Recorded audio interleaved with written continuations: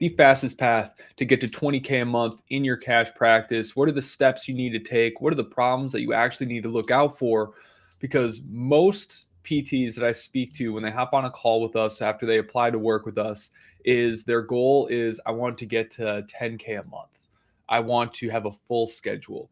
And they're aiming at the wrong thing, causing them to be stuck in their practice for sometimes 6 months to 2 years because they're aiming at the wrong thing. Now, in the very beginning, the foundation you lay is critical in how quickly you're going to grow your practice. So if you want to hit 10 to 15K in take home pay, well, then you need to be aiming at $20,000 to $30,000 a month in revenue. So your practice will have the profit to be able to pay you what you actually need. So today, Ben and I are going to talk about what your target needs to be and how you need to approach the problem, how you need to think, and what are the steps you need to take to get to 20K a month, because it's a hell of a lot easier than people are making it on themselves. So we're going to dig into that and more here today. Ben, what's happening, brother? Oh, much, yeah. I think it's an important topic because I remember I was in the same situation. Like, oh, I just need to get to 10K per month. I'll be good. And the reality is, you got expenses. It's not the 10K that you generate in revenue isn't 10K in profit. There's a difference. And so it was kind of disheartening because I was like, hit that goal. I'm like, then I looked at like my personal income, like, it's not 10K, And so it just felt like the goalposts were moved on me. But it was also just because like everybody in the space, like, oh, you just need to get to 10K, you just need to get 10K in revenue per month. And like that's what a lot of the coaches were stating at the time. Like, it's kind of sold a lie to a certain extent. Like, so it's not actually 10K that I should have been aiming at the entire time. It should have been closer to 20 to 30K if you want actual take home. Because like if you're at 10K per month in revenue, it's 120K per month per year. Realistically, you're looking at only like 60 to 70K in profit. Then you got taxes on top of that too. So, it's a lot of risk to be making less than what you were in your salaried, W-2 position. Mm-hmm. So you just start off with knowing that it's not actually 10K that you need to be aiming for. It's like closer to 20 to 30K is where you start getting your ability to replace your entire take home income. Right. And you got to realize how easy that actually is, how normal that actually is. Like everyone's so influenced by all the marketing that's out there because every single offer, every marketer, they're like, get to 10K, 20K a month. Even this podcast, you clicked on it because you're like, oh, I want 20K a month. It's like, no, revenue is not the target that you need to be going after. If you removed all external influences to you starting your cash practice, your goal would probably be more like, I want to be making more than my previous salary. I want to be able to afford to buy that house. I want to be able to send my kid to that private school. I want to be able to take vacations every single year. Like that's what your dream job actually is. And so many of you, you're starting your cash practice and you're being influenced by your peers because they want to hit 10 to 20K a month. And the reason they want to hit 10 to 20K a month is because all the marketers and the gurus out there told you that's what you should want. But that is just a shiny object. And if you chase that shiny object, what I see happen again and again is, okay, when you have low goals, you ask low questions, which lead to shitty solutions. And a scenario that someone had been in that recently joined our program is she just wanted to get to 10K a month. And she was doing networking. It wasn't growing fast enough. It was very inconsistent. She was, hit 7K, then have a 2K month and a 5K month, and there's just no consistency to it. And so she hired a group that helped her with her set up some Google ads and some SEO. And the promise was, okay, yeah, you only need like a couple of patients, then you hit your 10K goal. And she ended up putting herself in a corner because although she was gaining some more consistency, she was still right around like 8K a month. And because she was paying this group to run her SEO and to do her Google ads, I was eating up her margin. She didn't have any more margin to be able to invest into the strategies that she actually needed to be able to break through that threshold. And so because our targets are low, we're choosing to invest into things that might get us there, but it doesn't help us grow enough to have the margin to be able to keep growing. And it's this really, really easy trap to go into if you don't have the right target. And so everyone starting your practice, like your goal minimum needs to be, I'm making 10K a month in take home pay. And once that becomes your target, well, now you can begin making smarter decisions. Is our Google ads with the budget that I have available going to provide me with the lead volume that is required based off of my booking rate and based off my package conversion rate to actually get me there? And if not, then that is not a smart investment. Yeah, and I mean, I'll be the first to say this too, is like, if you mentioned all the things that people want, it's to be able to, have the time freedom, be able to pick their kids up from school, not be stressed about finance and stuff like that. Honestly, that doesn't really start coming until you're like at 75, 100K months. Because that's when you're actually getting your time back. So, Yeah. I'll state that 20 to 30K should be the goal. If you just strictly from a financial standpoint, you want to be able to replace your income. If that's Yeah. strictly it, 20 to 30K will do it. But if you want all the other intangibles that most people actually want when from their business, that happens at 75 to 100K months. And if you're like, oh, I don't want to have $1 million practice, well, then you also don't want all the things that you said that you just wanted, because you can't have both, is what it Yep. comes down to. We actually just had a clinic owner in Oakland, who's not really been our competitor. They have a partnership. They have a partner in the deal, and in their clinic, and they've been at it for about 3 or 4 years. So cash pay practice, just been those two. And she reached out to us because she's getting bought out because she doesn't want. She's burnt out. Yeah. And yeah, they're at like 30, 40K months, but she's burnt out. And I asked her, I'm like, Emma, our clinic director, had the conversation with her, and I followed up with them. I'm like, hey, did you see if she was okay with seeing 35 patients a week? Because she's Yeah. probably not used to that in her model. And I was like, yeah, I actually asked her if she's open to like that much patient care after, probably being closer to 15, 20 when you're doing wearing all the hats in the business. And she flat out said, like, honestly, I would absolutely welcome that, considering I've been working 60, 80 hours for the Yeah. last 3.5 years. And so we're starting to see this shift of people that have been at this 30 to 40K month even just get burnt out, because you're wearing Mhm. all the hats, you're working 60, 80 hours. This person is dying to get back into just being able to treat in a one-on-one model, Yeah. um, without having to think about all the admin and all the other stuff. So this podcast is about like replacing your income, but I want to be completely transparent that if you want all the things that Jordan mentioned at the beginning of this podcast, that comes at 75 to 100K months. And if you don't want 75, 100K months and the work that it puts in, you're better off. Like, there's so many cash practices hiring now. Right. Yeah. If your goals aren't to get to that level, then realize that all you're doing is creating a job, which is Mhm. totally fine. But it does come with different levels of hard that we have to deal with. Everything's a trade-off, like just had a client, Ben Wardell, incredible client, incredible case study, but he didn't consider himself an entrepreneur. He didn't want to build a team. He didn't want to take on that responsibility. He didn't want any of that. What he really wanted was to be able to, he just had his second child, wanted to be able to be at home with them, wanted to be able to go hunting, wanted to be able to see his friends, wanted to do all the things. And at first, he was able to do all those things. Very quickly, we helped him get out of his clinic director job. He hit 15, 20K a month within 90 days because he knew how to sell already. He was smashing it with Facebook ads. And that continued to be successful for him. But he still didn't want to build a team. And what ended up happening was he's at 20 to 25K months very, very consistently. And now that he's been sitting there for a little over a year now, he's more burnt out than ever before. And we're just talking to him, and he was saying how, the ads are still working, but I'm so tired. And whenever a lead comes in, I'm calling them hoping that they don't book. When he has an eval that comes in, he's hoping that they don't buy, because the only time slot he has left is 4 o'clock on a Friday, and he had plans with his friends, and he was hoping this person wasn't going to buy, and they did.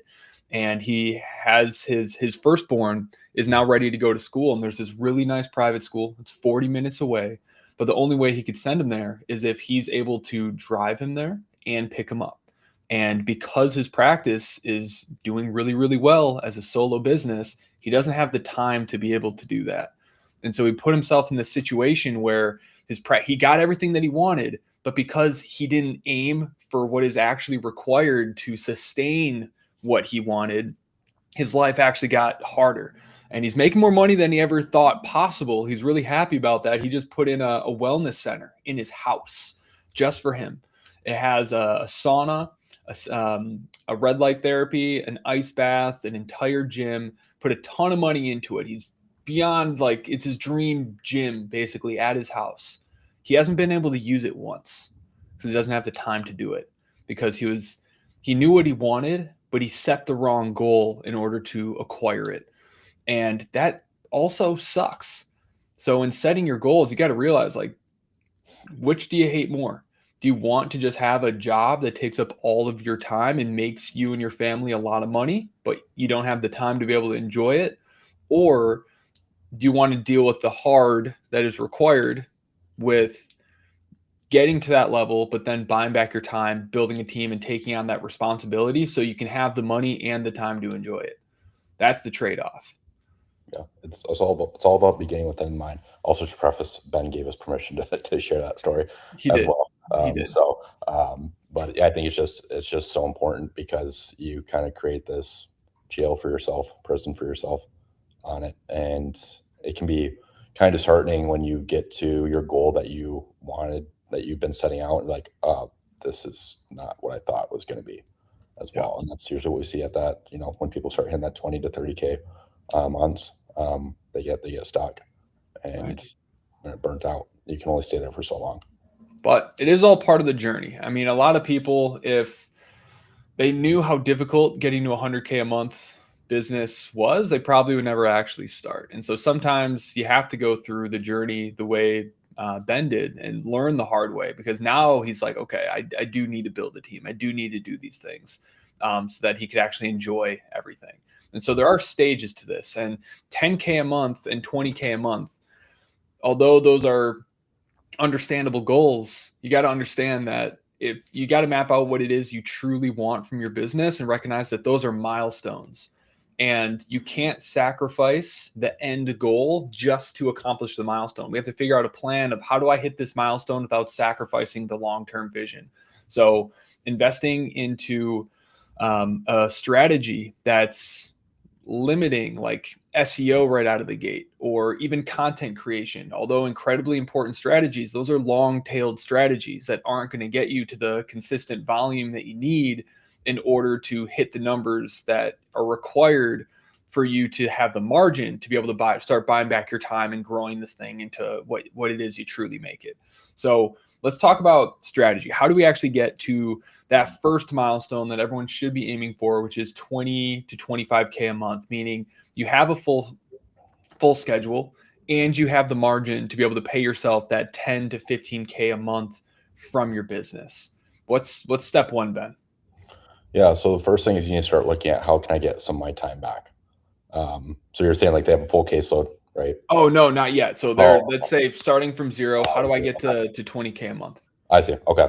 Yeah. So if you're starting from zero, like there's two different methods you can go. It's the one is like the burn the ship method, where you quit your job completely, you go all in on your practice. There's another one where, you cut your hours down to 30 hours, and you use the rest of the time to build up your case, your own personal caseload. Or you can just start when you're like, that's what I did. I was at 40 hours, and then I'd work 4 10s, and then I had Saturday, Sunday, and Monday off. And so I had 3 days straight to build my own business.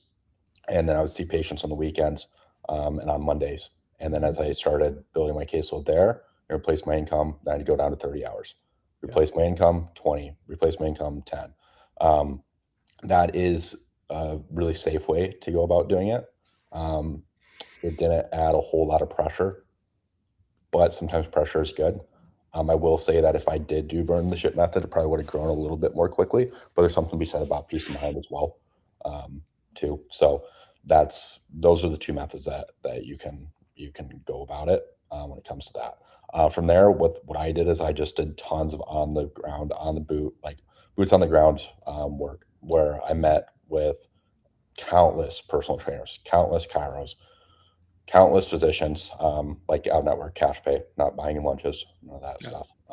And then like gym owners. Well, and then I just did workshops. I was doing like 3 workshops a week. is what it came down to, week in, week out. And then from there, I would also ask anybody and everybody that I've ever helped or worked with for Google reviews, Mhm. Yelp reviews. And so that helped organic presence, and get inbound organic calls coming in as well. And then as the people that came in from the workshops became patients, got results, and they told their friends and their workout partners about it, and then it just turned into more referrals, and then the networking with the personal trainers, gym owners, stuff like that, that organically turned into leads as well. It's a really great strategy to get started because it doesn't cost anything but your time with it, but it's not a strategy that is sustainable. Like we generated over $2 million last year. We ran 3 workshops total Mhm. all year. Like we don't.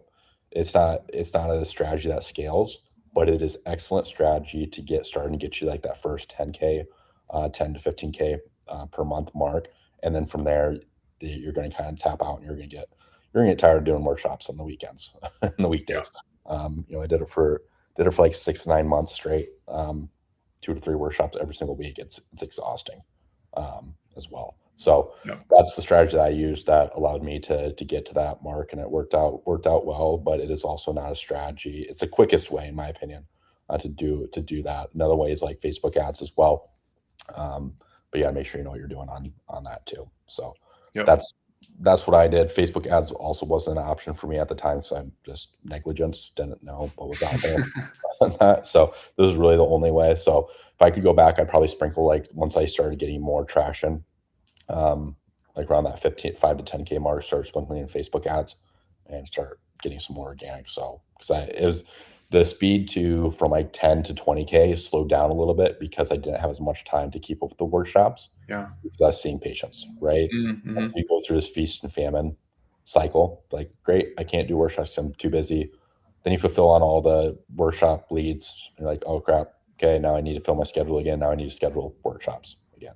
And it's just this feast or famine, and you're just trading your time for money at that point. So that's what worked out really well for me on it. But again, it's not a sustainable solution. And again, it goes back to my point about the 75 to 100K months. It's that lifestyle is just not sustainable. Right. Yeah, but like as we said before, it's like we have doing things the hard way is usually the best way because then you learn the lesson rather than someone just telling you where it's like you never truly believe it. And once you are at the point where it's like I can't do any more workshops, like I have no life, I'm exhausted, these relationships aren't really panning out, or I'm turning into a lot of one-off opportunities. There's not even more places for me to do workshops.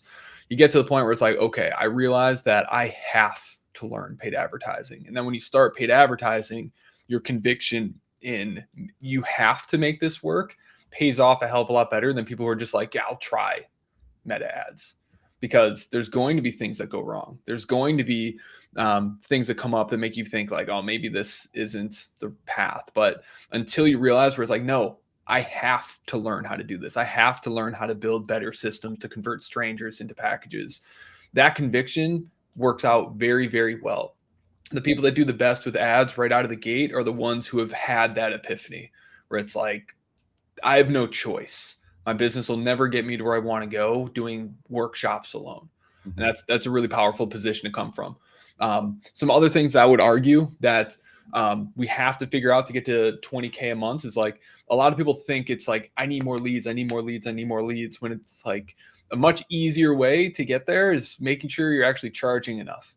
A lot Yep. of people starting out, they're like, $150 a set, $200 eval, $150 follow-ups. Um, you need to do the math and not base it off of your local market. Okay, you charge what it is you need to charge and you learn how to sell it. That's what you need to do. So figure out how many hours do you have to actually see patients, how many hours do you need to do admin.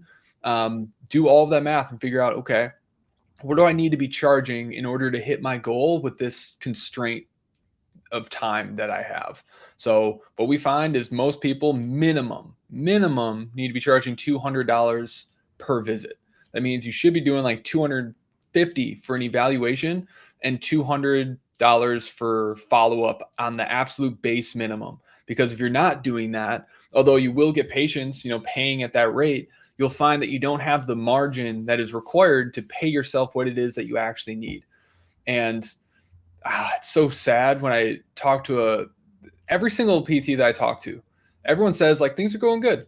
Yeah, things are growing, but it's like you're barely paying yourself. You're making half the amount of money you were at your previous job, but you're working 80 hours a week. How is that good? And people are so good at lying to themselves about how they're doing because they've become familiar with the discomfort that they currently find themselves in. And they see things that are kind of growing, but they're comparing themselves from where they are to where they were, not to where they're actually trying to go, which is terrible because it causes you to become complacent in a really shitty situation, and it prevents you from pushing as hard as you should and asking the more difficult questions that would help you get out of that discomfort way faster than you otherwise would have. Yeah, I think I think what you said about the pricing is really important too. And we've got over 1,000 different data points. I usually don't speak in absolutes, but everybody should be charging, no matter where you're at. I don't care what you think, what mindset you have. You should be charging $200 or more per time. That's what it comes down to. And I know we hear all the time, I can't charge that in my area. All right, us as PTs, we love data, we love research, looking at numbers, and trusting what the science says on that. And one of the things that we know that is most powerful in research is sample size. All right. You have a sample size of one, your personal belief of what's possible in your area. We have a data point of over 1,000 and tell you, after seeing all the data, everybody across the entire US, no matter their area, should be charging $200 and has the ability to charge $200 successfully.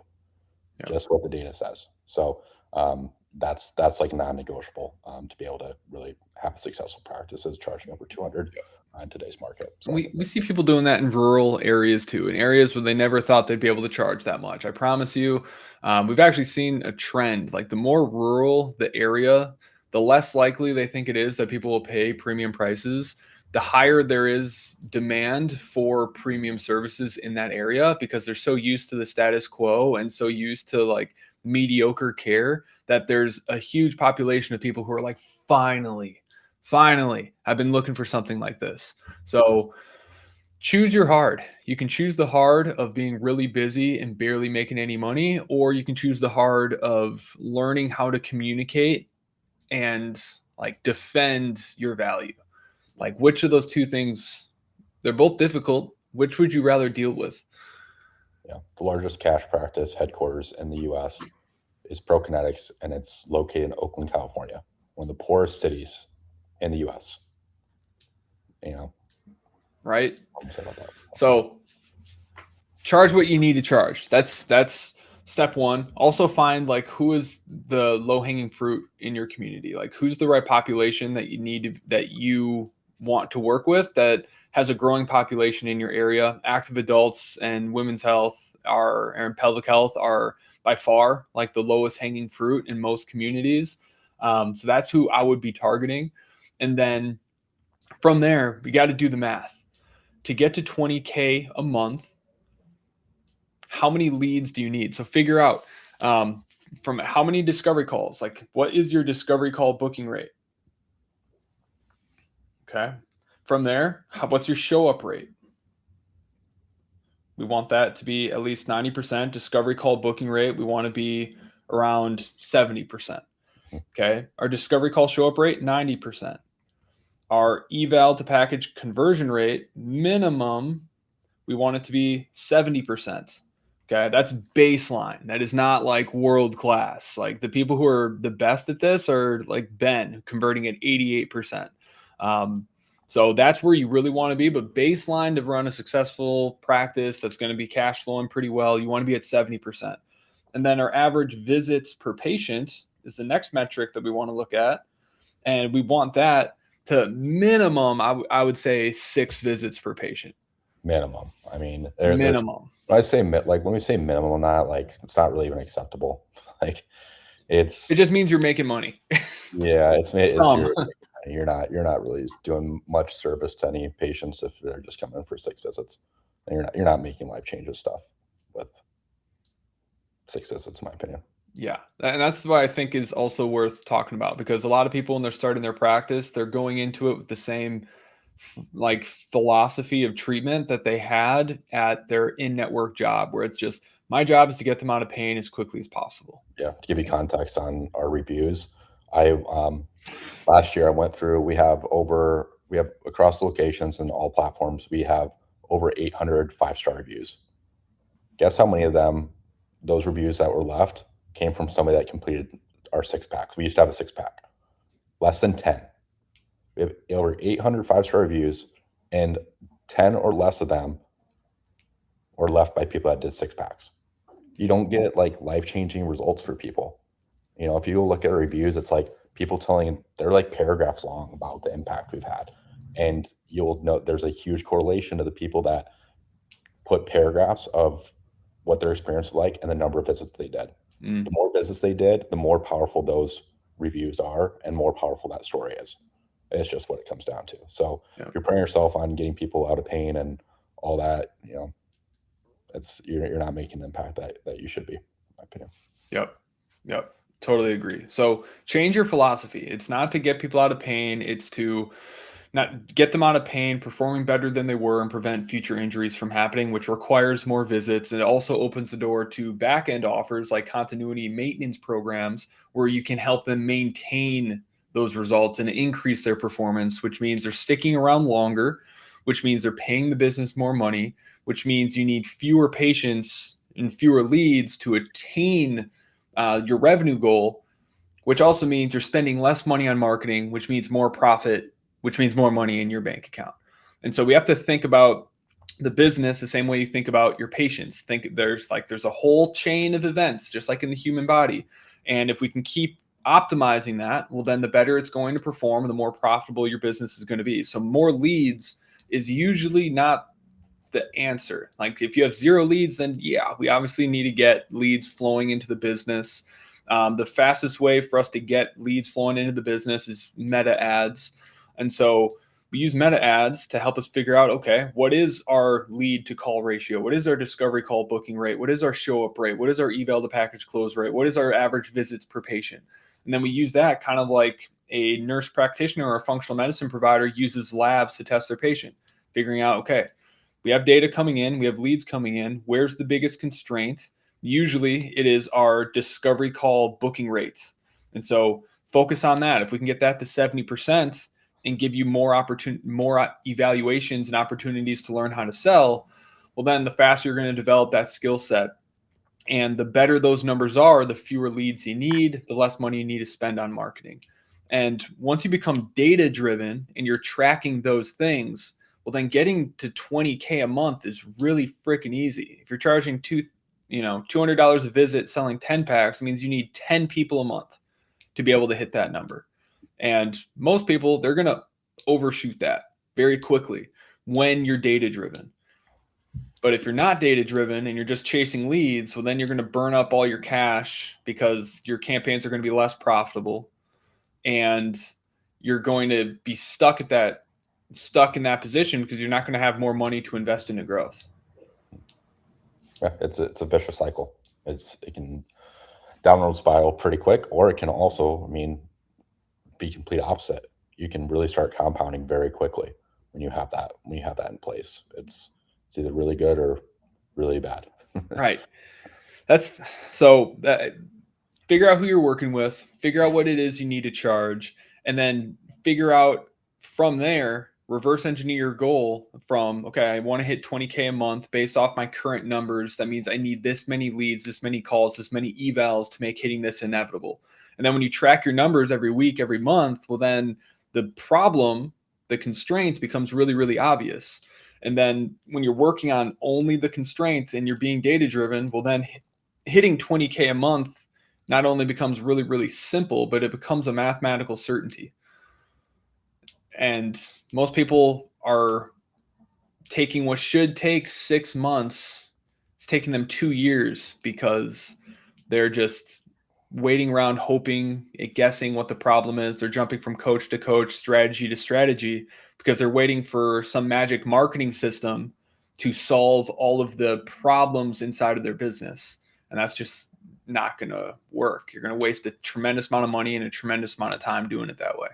Yeah, that's one thing is you gotta, when you're starting out, avoid investing in just strictly lead gen. You can't, it's like if somebody's promising you SEO, promising you just meta ads, promising you just, Google rankings, website leads, stuff like that. It's not going to fix a conversion issue. You've got to fix a conversion issue and your ability to sell and your patient experience before you start pumping people into that. Yep. That pipeline. Yeah.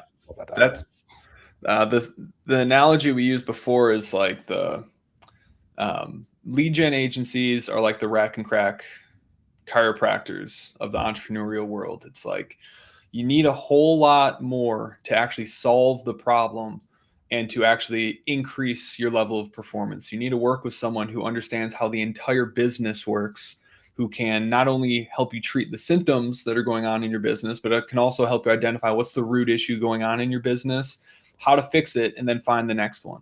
And so you don't need lead gen. You need a sales coach.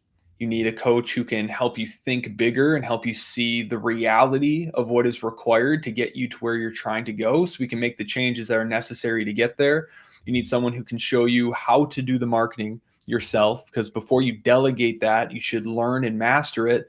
Otherwise, you're not delegating, you're abdicating, which means that you're always reliant on someone else to do a job because you have no idea how to do it, which means you also don't have ways of measuring their performance. You don't have expectations. And then you go from person to person to person because everyone falls below your expectations because you don't have any. Mm-hmm.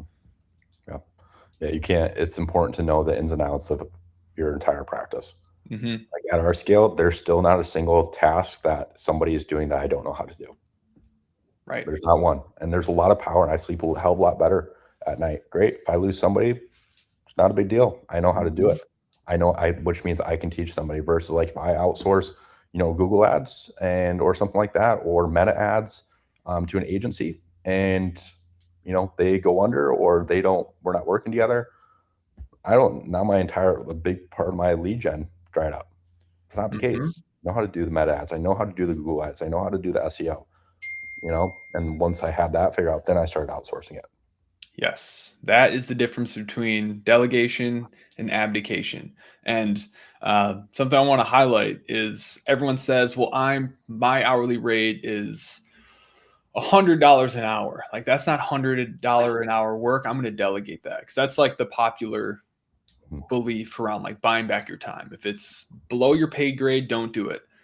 But when you recalculate that based around the fact of how much time you're going to spend trying to find the right person, trying to actually get the results, and then having to rehire again and again and again, you're wasting 1 to 2 years every single time you hire the wrong person to do it, when you could have just spent 90 days to learn how to do it yourself, document what you did to get it to work, set KPIs around what success actually looks like, and then hire someone that might not know how to do it, but you trust that you can train them how to do it. Now you have clear expectations. You didn't have to pay as much because you taught them how to do it. And now you have a simple, repeatable system where your business doesn't depend on anybody. And you did that in 90 days rather than 1 to 2 or more years trying to just find someone who actually knows what the hell they're doing. Yeah, and it might be below your pay grade to do it, but when you take into account the lack of results and missed opportunity cost, it is 100% worth your time. Yep, is what it comes down to. It's that's where people miss the mark of like what's expensive and what's not. What's the biggest expense people have is ignorance and their inability to know what they don't know. That's their biggest expense. And so when you're outsourcing things that you don't know, then you start spinning your tires, and it's not a good process. Yep.